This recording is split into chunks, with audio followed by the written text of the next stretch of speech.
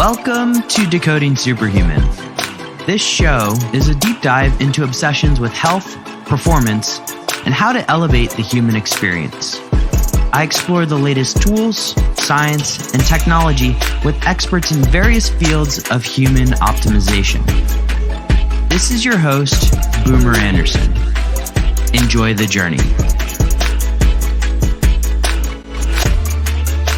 My guest today is a round 2 on the Decoding Superhuman podcast. But before I get into him, what he's all about, and what we're going to talk about today, let's head over to Apple Podcasts and see what kind of ratings we've picked up over the past week. This one comes from You Name It. 5-star rating entitled Excellent. Thank you, by the way.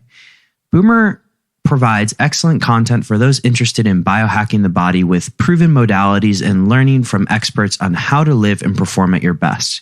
Thanks, Boomer, for broadcasting this information. And I am so grateful for that review. It just kept me going. I could have gone on for a while, but thank you so much. You name it. I appreciate you, and I appreciate you taking the time to write a 5-star review. If you're interested in writing a 5-star review, head on over to Apple Podcasts, leave your name or whatever they require you to do, 5 stars, and just tell me what you think about the show. I really appreciate it, and I really appreciate all of you for tuning in. So let's get to my guest today, shall we? My guest, and again, this is a round 2, is Dr. Scott Sherr. If you guys recall our first episode, we went deep into hyperbaric oxygen therapy, the benefits thereof, how to do it, et cetera, et cetera. But today is a little bit of a different topic, and it's one of the Decoding Superhuman family's favorite topics, which is cognitive enhancement. It seems like every time I have an episode on cognitive enhancement, downloads go up, and I'm hoping that this is the case as well today. Scott and I delve into nootropics. How did Scott find nootropics? What did he use in college? And what did he learn from that experience? We talk about foundationally how you need to be set up in terms of basic health principles and actions before you start taking the nootropics. And then we dive deep into a product that you guys know I love called Blue Cannatine. We talk about each of the ingredients in detail, the pluses and minuses of each, as well as any concerns you may have around getting a blue tongue, the effects of methylene blue, or hemp crystals, or nicotine, or of course caffeine. But you're going to want to check out the show notes for this one. They're at decodingsuperhuman.com/Dr. Sherr. That's SHERR. And if you want to check out Scott's amazing nootropic, Blue Cannatine, you can head on over to troscriptions.com. But again, the show notes for this one are decodingsuperhuman.com/Dr. Sherr, and enjoy my conversation on all things cognitive enhancement with Dr. Scott Sherr.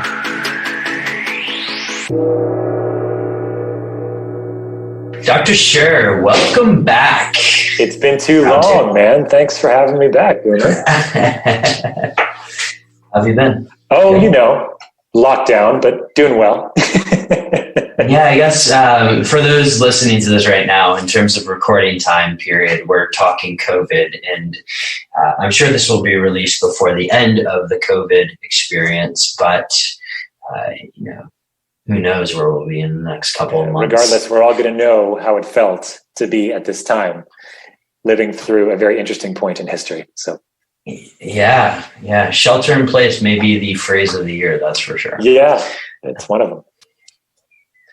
But today we're going to talk a little bit about something different. I want to kind of go into depth with you about something that I know you're passionate about, involved in quite a bit, cognitive enhancement. Mm-hmm. And specifically would like to talk about this wonderful world of nootropics.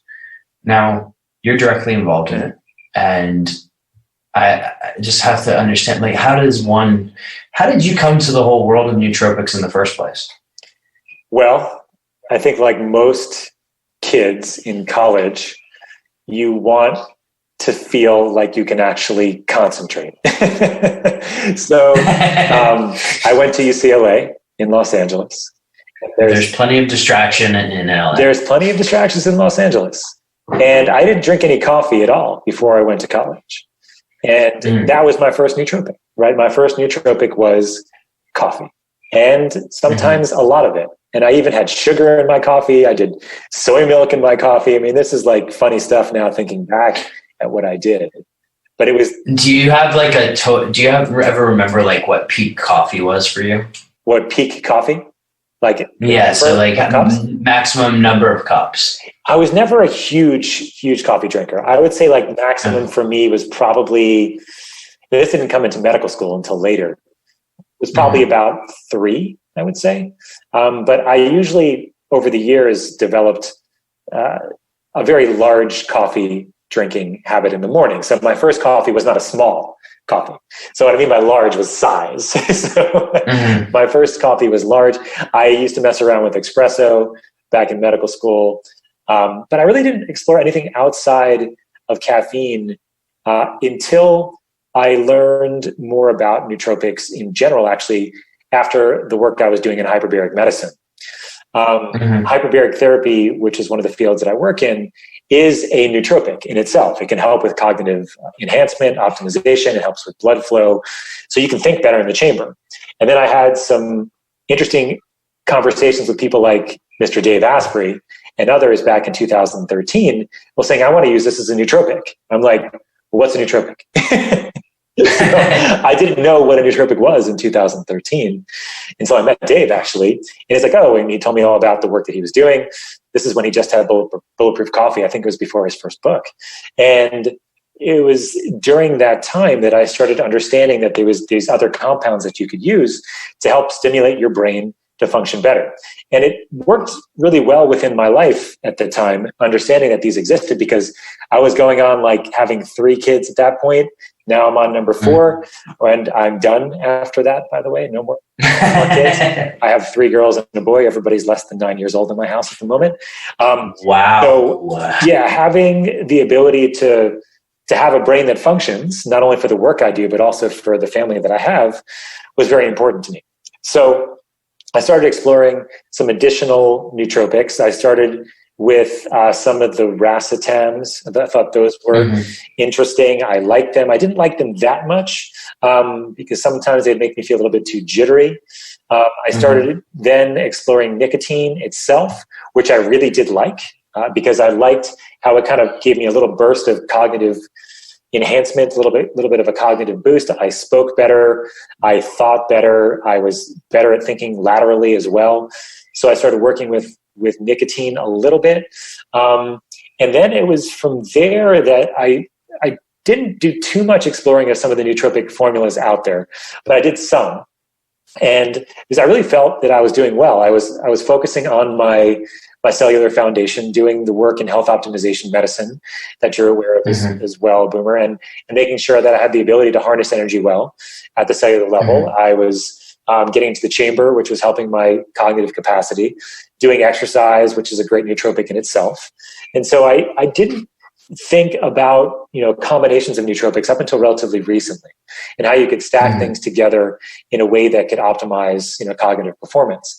And it wasn't until about 2 years ago when I met Dr. Ted Achacoso, when he is the consummate stacker of biohacks in a very physiologic and in a very, I think, reasonable way, because he's a physician like I am. And so he was able to look at pharmacology and say, well, how can you stack pharmacology, micro dosing certain compounds or precision dosing certain compounds to bring it together in a safe way where you could see the potential benefits of larger doses of certain of these types of compounds in a smaller dose synergistic formula. And so that's when Blue Cannatine came about. At first as a gum and then as a troche, which is this it's a buccal troche. So it stays in your mouth and stays in one location. So that was my process, I think. And then now I use that and I fucking love it. And that's my usual nootropic, but I still just sometimes use nicotine on its own as well. And then of course, caffeine now I cycle. I don't always have caffeine, but I like it when I have it, and I try to use it as more of a nootropic rather than as a daily crutch.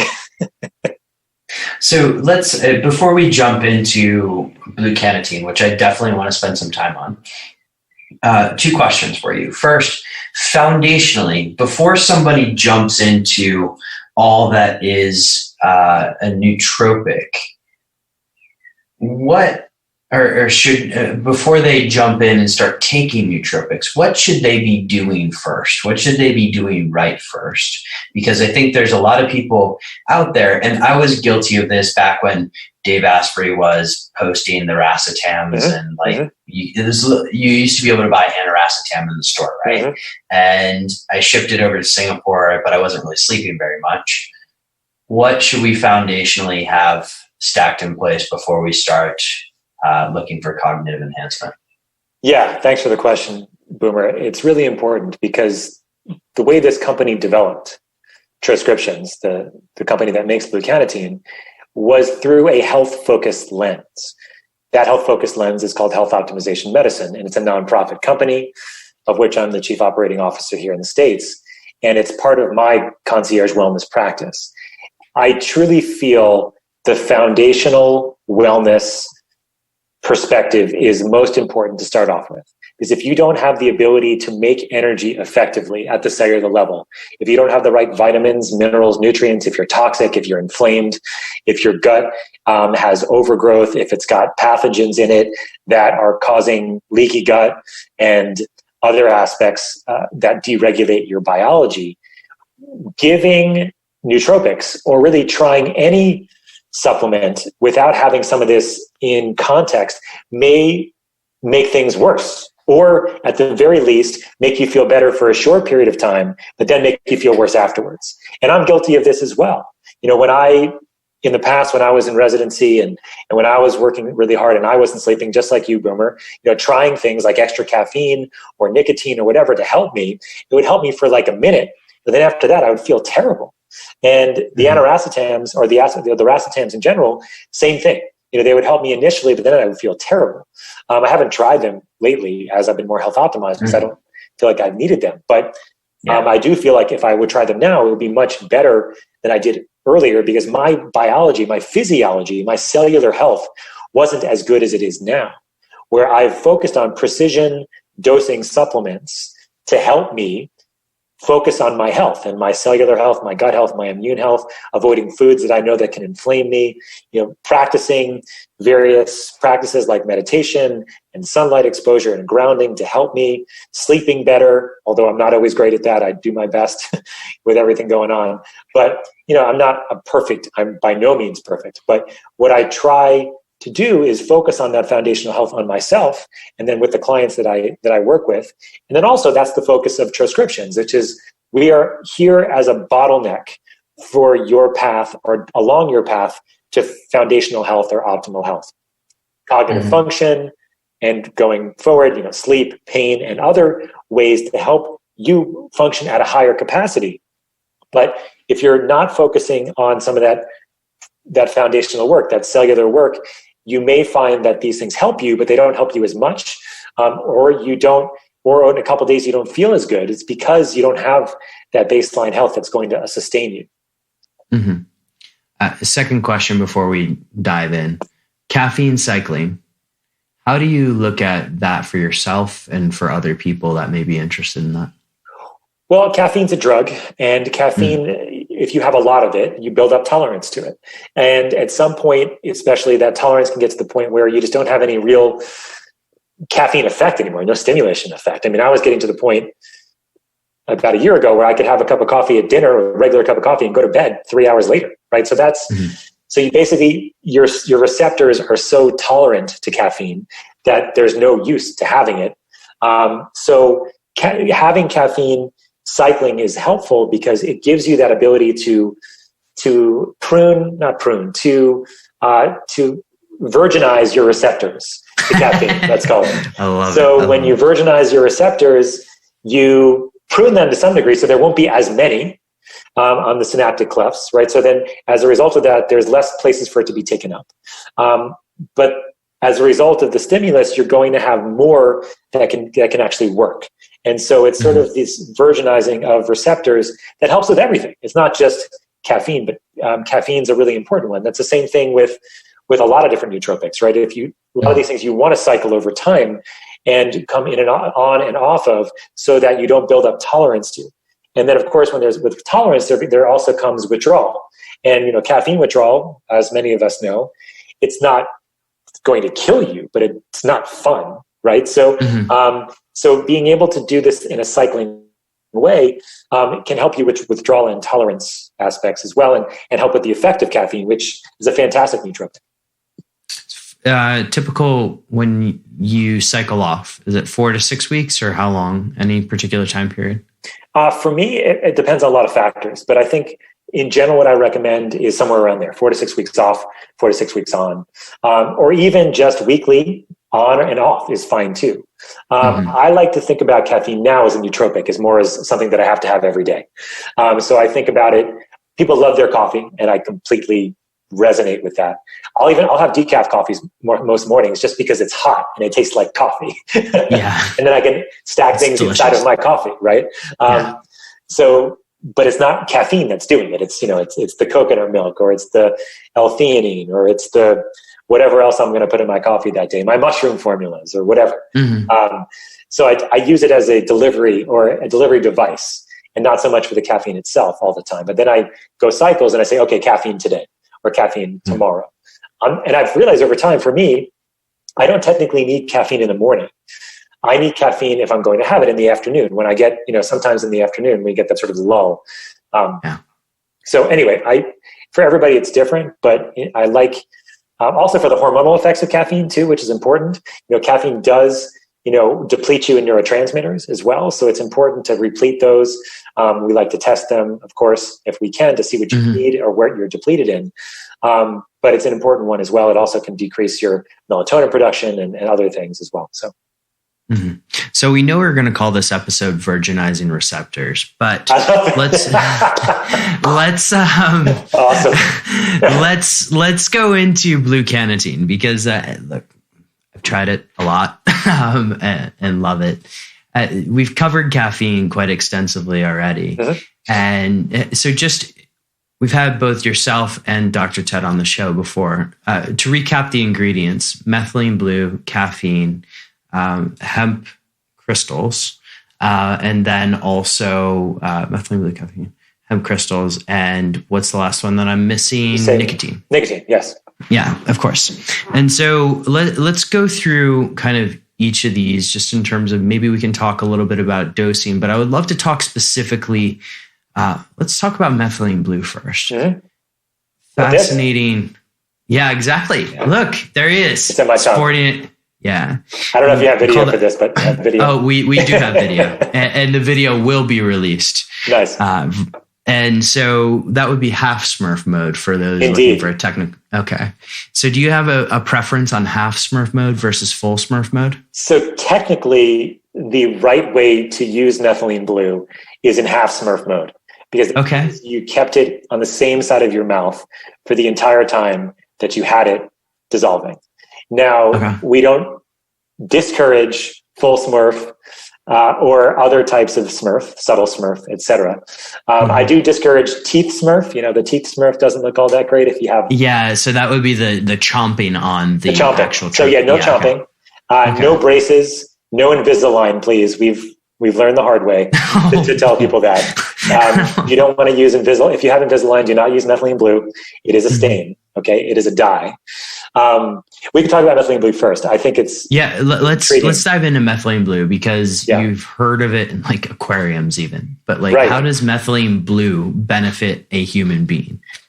So the history of methylene blue is super, super interesting. It's the first drug that was actually registered with the FDA, and I think the year was like 1897. So a long time ago. And methylene blue's got a lot of different properties. It has antifungal properties. It has antibacterial properties. It was a treatment from malaria, actually. So it's got antiparasitic properties. We think it has antiviral properties, especially with combinations of various types of light, at least. And before antibiotics, you give methylene blue for urinary tract infection. Before antifungals and antiparasitics, you were giving methylene blue for fungal infections and for malaria. It was also noted to be a mild antidepressant because it had what's called MAOI properties, which is monoamine oxidase inhibition properties. So this is a type of these are types of pathways that are involved in what we think is depression, in depression itself. And so it was used in psychiatry not only for that component, but it was also a way for clinicians to make sure that their patients were taking the drugs. Because if they added methylene blue to another drug, it would make their urine blue. So as a result of that, they could test and see whether people were taking the drugs or not. So a beneficial side effect, I don't know, but it's a side effect nonetheless of blue urine. So if you have methylene blue, if you ingest it, the higher the dose, the more blue you're going to have of your urine. A higher dose, a very high dose, is going to turn your shit blue too. Blue Smurf shits is what people like to say. But that's a pretty high dose, right? That's a very high dose. Yeah. For Smurf shits, it's a high dose, very high dose. Yeah. So methylene blue, what's actually happening is very interesting. It has lots of different properties, but in its essence, it is its ability to actually allow your cells to make energy. It acts like oxygen at the cellular level. So on the electron transport chain, you have electrons that are shooting through it and that are usually being captured by oxygen, so that are being received by oxygen. And in this way, you can make energy. Those electrons being transduced from the inside of the mitochondria to the outside, they basically make an engine work that produces ATP, or the currency of energy in our cells. Oxygen is the final electron receptor. Methylene blue can do the same thing. And so it's used clinically in the medical field now for something called methylhemoglobinemia, which also can happen in carbon monoxide poisoning, where you have this inability to use oxygen because it's being tied to the hemoglobin molecules in some way. But you can use methylene blue as a curative because it allows you to still maintain your production of energy, even if oxygen's not available at the most or at the significant quantities. At the same time as it being an oxygen replacer, or something that can enhance oxygen's effect by producing more the ability to accept electrons, it also has antioxidant properties and actually can donate electrons at the same time, very interestingly. We also think that light itself can activate methylene blue and make it work better. We think UVC light specifically, but also probably other wavelengths of light as well. Yeah. So UVC is interesting, and I want to double click on that. But is infrared also, because we got some friends in the space that are playing around with it in infrared. What do we know about light and methylene blue? So we don't know what spectrums are best so far, but we do know at least about UVC. Their UVC light has been known for many years to be antiviral. And so there are some studies that have been published on various viruses like coronavirus and others, where if you irradiate the blood with UVC and methylene blue, you can see significant antiviral properties.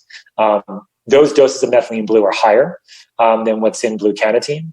What's the dose that they talk about? So it's not exactly clear at this point. So that's something that we're exploring as a company to think about, what products, could we make available. But right now, we make no claims at all that Blue Cannatine has any antiviral properties because it has a small dose of methylene blue. It's 5 milligrams of methylene blue. We think that the doses, most of these studies have been done outside of the body, so in vitro, not in vivo. So it's difficult to kind of approximate, but we're looking into this for sure. But from a light perspective, we know for sure UVC, but we don't know about red light. We don't know about, about regular spectrum light, and we don't know about, the higher spectrums either at this point. So this is something that needs to be explored. We don't know. But there is definitely some significant interest in how light how it actually may, and the Dr. Jack Kruse guys, and Dr. Jack Kruse talks about this a little bit too, how there may be some capabilities of methylene blue to protect ourselves from bad light as well, which I don't quite understand yet, but that's another one that I'm very interested in exploring. So we think methylene blue is neuroprotective from the antioxidant capabilities. We think it's energy producing because of its ability to accept electrons. And we think it might work in combination with light and maybe other things to have other antiviral, antifungal, and antibacterial qualities that are not being used very much in the medical world right now, but have been in the past. I have a family history with Alzheimer's and things. And one of the neuroprotective benefits, or at least I would love to hear your thoughts on methylene blue potentially for early onset Alzheimer's. Obviously not making any claims, but I know there's been some papers out there. Let's interrupt your regularly scheduled program to talk about one of those foundations for cognitive enhancement, sleep. And for me, there are a few essentials in that whole sleep equation. One is putting down the laptop before I go to bed, usually about an hour before is best. Putting down the phone, equally important, but also blocking blue light. And one of the tricks that is up my sleeve, especially during the summer in Europe where sun is out until very, very late, are blue light blockers. My favorite, you guys know it, and he's been on the show before, is Andy Mantz Blue Blocks. Head on over to blueblocks.com, that's BLUBLOX.com, and use the code DS15 for 15% off your order. Back to my conversation with Scott Sherr.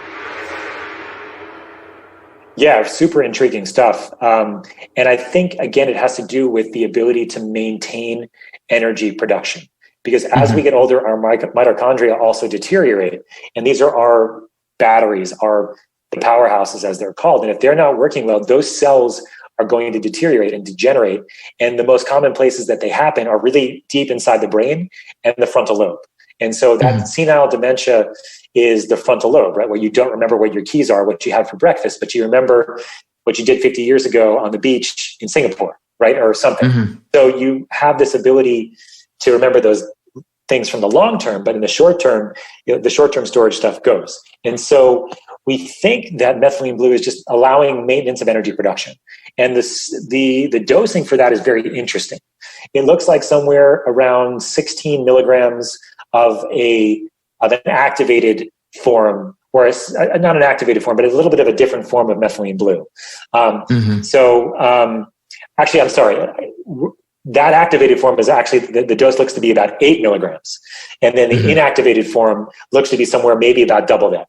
And what I mean by inactivated, I just means it has to be activated in the body versus it being coming in the activated form itself as you're ingesting it. So what are the common ways so other than Blue Cannatine, ingesting methylene blue now, do you just buy it online? Like that seems a little bit dangerous to me. Right. What's the easiest way for people to get a hold of it? Well, you were alluding to this before. You could get fish tank cleaner, but that's not pharmaceutical grade, right? So fish tank cleaner does have methylene blue in it. A lot of laboratory bench work uses methylene blue as a stain. It's difficult to find pharmaceutical grade methylene blue. And we went to the ends of the earth to find pharmaceutical grade methylene blue for this product because we didn't want any impurities. We wanted the potency to be exactly as we said it to be. This goes back to what I said about Dr. Ted and learning about this formula, that we have a precision dosed pharmaceutical grade product that has certificates of analysis for every single ingredient. It's difficult to find pharmaceutical grade methylene blue. It's just plain and simple. And then if it doesn't have that pharmaceutical grade, it's possible that it has impurities like heavy metals or molds and other things. And so it's difficult for me to recommend any specific place to get it, honestly, because we looked and it's difficult to find. But if you feel comfortable, it comes in various ways. It comes in liquid form. It comes in capsule form, although that's not common yet, but it's going to be, I think. And then it also comes in IV forms, which is very interesting. Interesting. Ooh, IV form methylene blue coming to your biohacking clinic near you. Yeah, they're looking at to use it for cancer, actually, interestingly. Oh, wow. Yeah. Wow. Yeah. So just to sum up for people, methylene blue, if you were to take it by yourself, what kind of benefits do you think people could expect from it? Well, it's an energy producer, right? It helps make ATP at the cellular level. It tends to concentrate both in your brain and in your heart. So think about ways that you can capitalize on your body's ability to produce more energy in your brain and your heart. And that's where methylene blue seems to have the biggest effect. Amazing. I want to dispel some rumors on nicotine because we have a lot of people here who have been drilled by the Philip Morris lawsuits of the world that nicotine is evil, must be punished, and will, if you touch it, you're going to hell kind of thing. Let's talk about nicotine. First things first, is nicotine addictive? So yes, nicotine is absolutely addictive. However, the delivery of nicotine will basically tell you how addictive it's going to be. If you smoke or vape nicotine, it's going to be much more addictive because it hits your bloodstream very fast. As soon as you breathe in the nicotine, whether you smoke it or you vape it, it gets into your red blood cells, into your circulation very, very fast. And all of a sudden, you get a quick hit of nicotine either way. In addition to smoking, you're not just smoking nicotine. You're not just vaping nicotine. You're also smoking and vaping other products that enhance the addictive qualities of both nicotine, vaped or smoked. And this has been very well studied. And we think it's some of these additional products that are inside cigarettes or inside vaping products, very similar, actually some of the flavorings and others that are inside the vaping products that are actually making nicotine as addictive as it is. There are some pretty good studies to show this. So when you're not vaping or smoking nicotine, especially if you're not using it with the additional products that are inside of a cigarette or vaping, the ability to get addicted to nicotine is absolutely still possible, but it's not as easy to do. Now, people worry about chewing tobacco, for example, or dipping. Again, that's just not nicotine. That's the other products that are inside of nicotine or with the nicotine as well. What we've done in Blue Cannatine and what you can get as a nicotine replacement is straight nicotine. Okay, the nicotine we use in Blue Cannatine is it's synthetically derived. It's not from tobacco, and that's important as well. Not so much from an addictive perspective, but just from a clean perspective. We have a clean product here. The nicotine is also pharmaceutical grade, which is important. And when you are using it in a way that we've developed it in a slow release lozenge, buccal lozenge, you are getting the effect of nicotine that's rising over 15 to 30 minutes and not instantly. So as a result of that, you have a much lower chance of getting any addictive qualities to nicotine because of that slow release formula. So the faster you get hit with nicotine, the faster you feel it, the higher the addictive quality, no doubt about it. So I always say I don't think anybody should be smoking or vaping anything because of how fast it hits you. There are some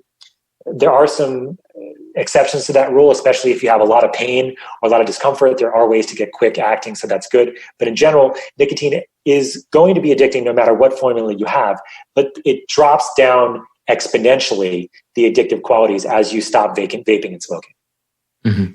Nicotine, one of the people you and I have had coffee with before claimed that you had to train yourself to have the nicotine hit faster. Do you believe that? Like, as in, let's say I have the Nicorette spray here because I live in Europe. Do I need to start training myself? Is there an onboarding period to notice the effects of nicotine? I mean, there's always the question of priming receptors, right? In the sense, if you prime receptors, it's sort of like the double effect kind of deal, right? Where you have a little bit, then you have more. There is some logic to that. I haven't seen that specifically for nicotine and the nicotinic receptors and how that has an effect on the neurotransmitters that are released as a result of the acetylcholine that is stimulated from the nicotinic receptors. But it's possible. It's something that I haven't explored myself. But I would definitely encourage people to think about it and do some research on their own and to see if that does have a significant effect. I mean, myself personally, I haven't noticed that particular effect.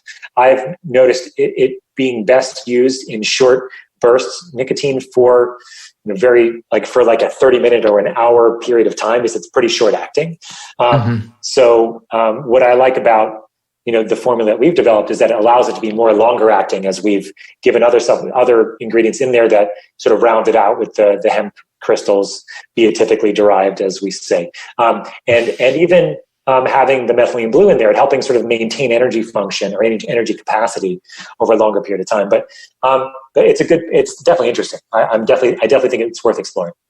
So let's go into nicotine specifically and how it acts, because we've talked about why it may or may not be addictive in certain cases, but let's talk about how it acts and kind of the benefits that you mentioned, because you mentioned acetylcholine, right? Yeah.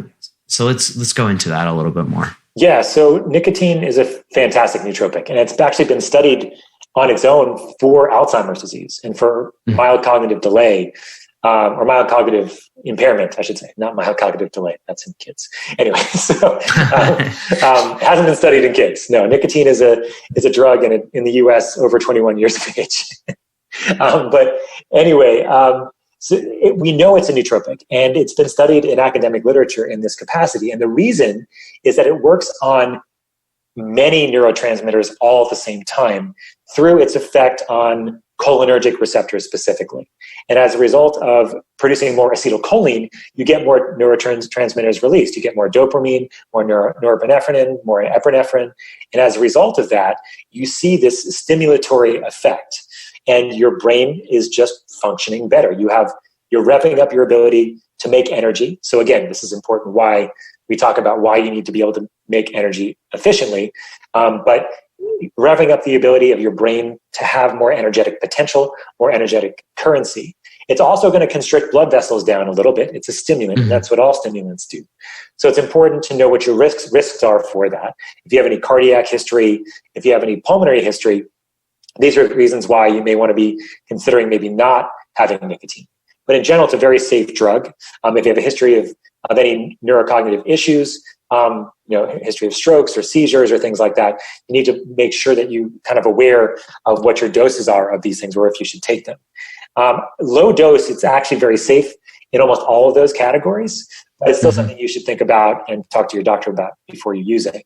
But nicotine has also this ability. What's interesting, not only does it vasoconstrict, it seems to dilate blood vessels in our brain that are very specific to thinking and cognitive capacity, which is kind of paradoxical in my initial impression. Because you wouldn't think that it would have the ability to do both. And I'm not exactly sure how it does that. But in the thinking areas of our brain, the hypothalamus, the thalamus, the hippocampus, those areas, there tends to be even some vasodilation, which is very interesting. So, all right. So we have nicotine as potentially a cognitive enhancer, so to speak. But one of the things, let's talk a little bit more on, let's go into CBD now. Do you think what am I leaving out of the picture on nicotine right now? I think what's important, we've mostly covered. I think the idea that nicotine can be used as a nootropic, and it's not scary if it's not smoked or vaped, and used in a precision way, is a novel one for a lot of people. Not in the biohacker space, but outside of that, I think it's very much a novel idea. I think what's important to know is that there are risks for it, but they're mild, and you can screen yourself out of those very quickly. But the benefits can be dramatic.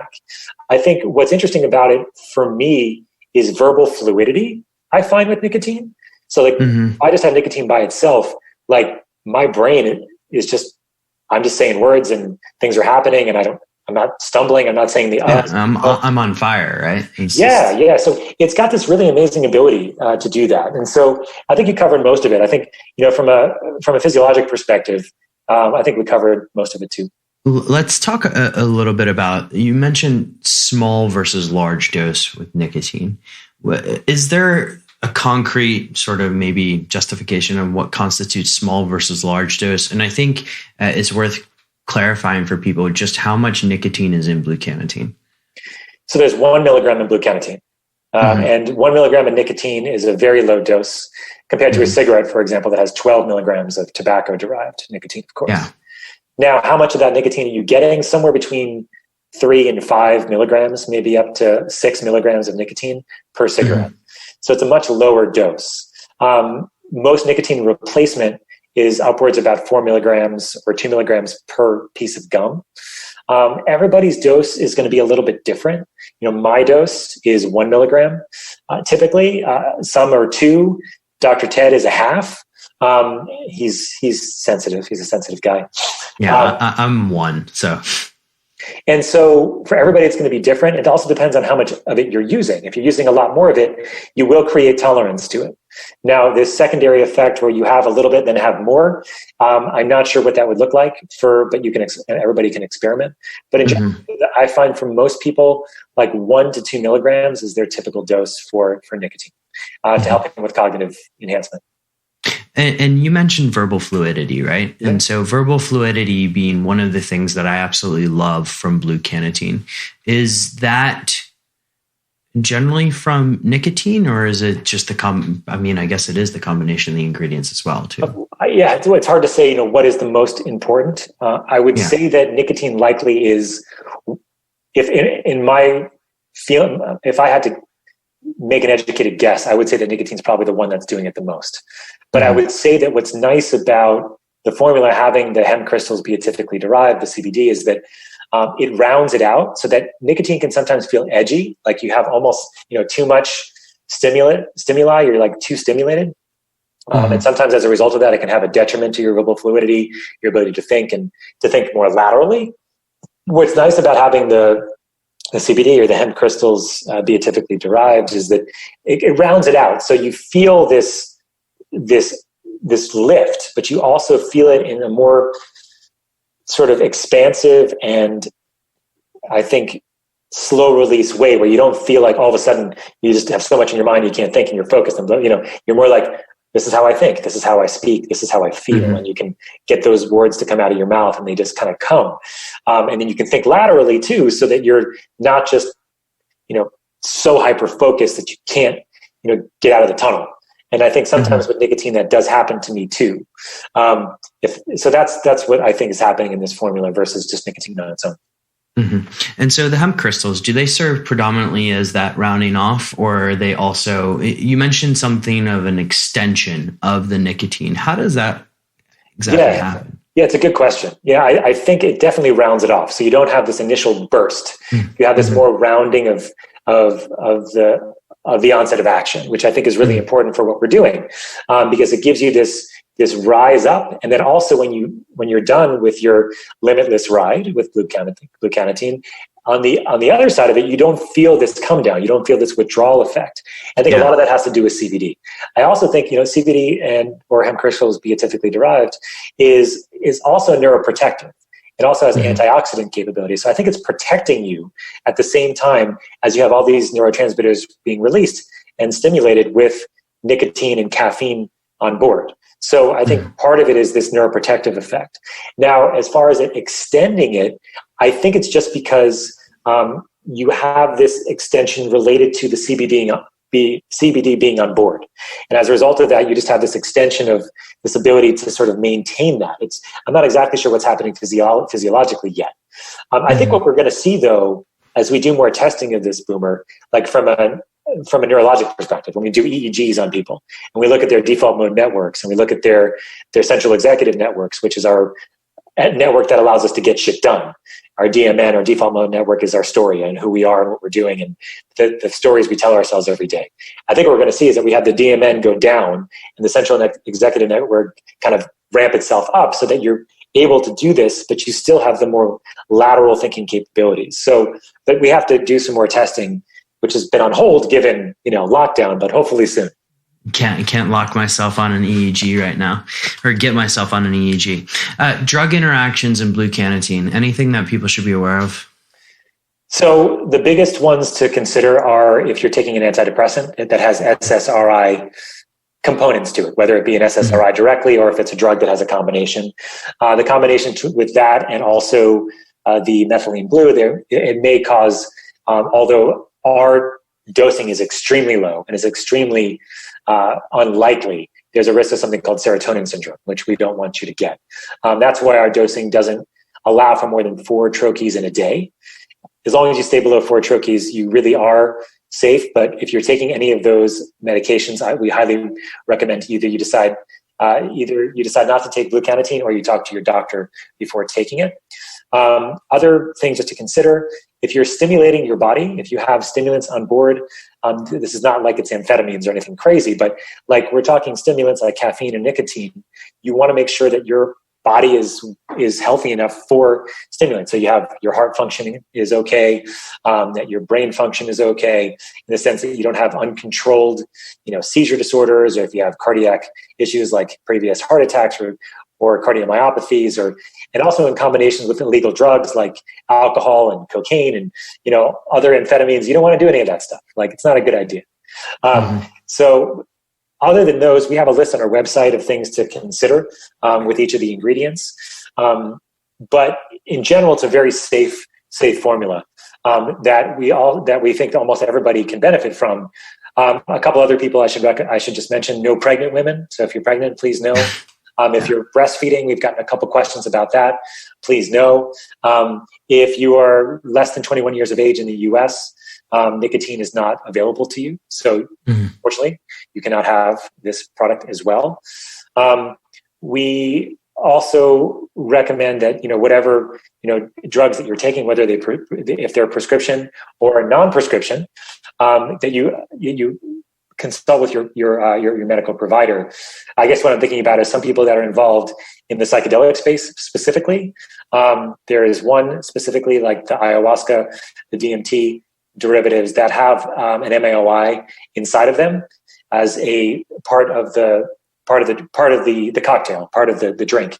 So we don't recommend, if you're trying any of that stuff, to combine it with Blue Cannatine as a result of having MAOI properties. So, and I can't recommend having any of that stuff anyway because it's all illegal, but you get what I'm saying. Understood. Dr. Scott, I want to transition now into the final 3 questions because these are new since the last time you were on the show. Oh, fun. Yay. Yeah. What excites you most about the health world right now? I think what excites me most is that there's now more urgency for people. Because of what's happening during the pandemic, people really are like, oh shit, I need to get healthy. Yeah. Or I don't want to be sick. And that is a fantastic opportunity for many of us in this world to really develop something that can change how people approach their health. And I'm really excited about that. I'm excited for the work that we're doing in health optimization medicine specifically for this reason, because now we can say, let's focus on your health. Let's focus on your foundation. Let's look at your cells. Let's look at your gut. Let's look at your immune system. Let's optimize all that. So when the next pandemic happens, which is possible, or the next health scare happens, which is going to happen, whatever it might be, you have an immune system and a cellular foundation that's fortified. And now it's not just about putting out fires, I hope. I hope it's more about making that shift towards health and making that shift towards focusing on our health. And I am excited about that. I am truly excited about that shift. Book that has changed your life. Which book has changed my life the most? There's so many books that I've enjoyed, although none all that recently, because I've been very busy with keeping myself healthy, especially in the pandemic times. Yeah. I would say that the book that I've enjoyed the most in the last year is a book that our fellow colleague, Dr. Ted, recommended to me called Stalking the Wild Pendulum. And I may have mentioned this last time we spoke. I don't remember. I think so. Yeah. Because it still resonates to me and I go back to it so often. And the other book that I go to often and maybe I didn't speak about it last time, is called Illusions and the Adventures of a Reluctant Messiah. That's a book that I try to read every month these days. And the idea is that we all have inside of us everything that we need. And there's nobody that you need to look to be your Messiah. It's all inside of us. And going back to that book and reminding myself that the external world is just a reflection of your internal world, is very, I think, helpful for all of us in these times. And that's something that I've gone back to time and time again. And in this time frame, pandemic times, I continue to come back to. And for those listening, it's a pretty short book. It's really, really good. You can get it on YouTube for free. You can. There you go. On one more thing, where can people find out more about Blue Cannatine? Maybe try some if they want to get it. Where do they find out more about you? So Blue Cannatine, the best way is Troscriptions on Instagram. So prescriptions with a TRO to start off with instead of prescriptions, it's Troscriptions. And we named it Troscriptions, because that's really what we think this is. This is a Troscription for your health. And this is a precision dosed pharmaceutical grade formula for optimizing your health and working on those bottlenecks that I described. My personal Instagram is at Dr. Scott Sherr, SCOTTSHERR. And the website is Troscriptions.com. My other websites are probably not important today. You can just Google my name and find me on podcasts, and we can talk. Dr. Scott Sherr on Instagram is probably the place I'm most active. And you're posting more. I'm trying. I only like to try to post pertinent information, and that's it's challenging. I want to make sure that it's relevant for people. But yeah, those are the places you can find me most. Amazing. Dr. Scott, thank you for taking the time again. As always, such a pleasure, my friend. Hi, thank you, Boomer. And I hope that you and I can see each other soon and, we can at least fist bump, shake hands, or maybe even hug. It'd be nice. Yeah, exactly. the elbow bump has become very popular these days. So now it's 6 feet away. No, exactly. Maybe if you're elbow bumping with like Kareem Abdul-Jabbar or something like that. But right on. Let's see. Awesome. Thank you, my friend, and to all the superhumans listening. Have an epic day. Take care.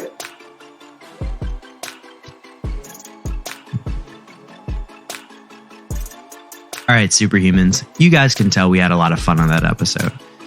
If you got something out of it, head on over to LinkedIn, Instagram, Facebook, wherever you happen to share all of your social media information, and share something with your following. Tag Decoding Superhuman. Would love to hear what you thought of the episode. And if you're so inclined, head over to iTunes and leave a 5-star rating. Each review helps immensely, and I really, really appreciate you all. The show notes for this one are at decodingsuperhuman.com/Dr. Sherr. That's SHERR. Superhumans, have an epic day. And remember, choose health.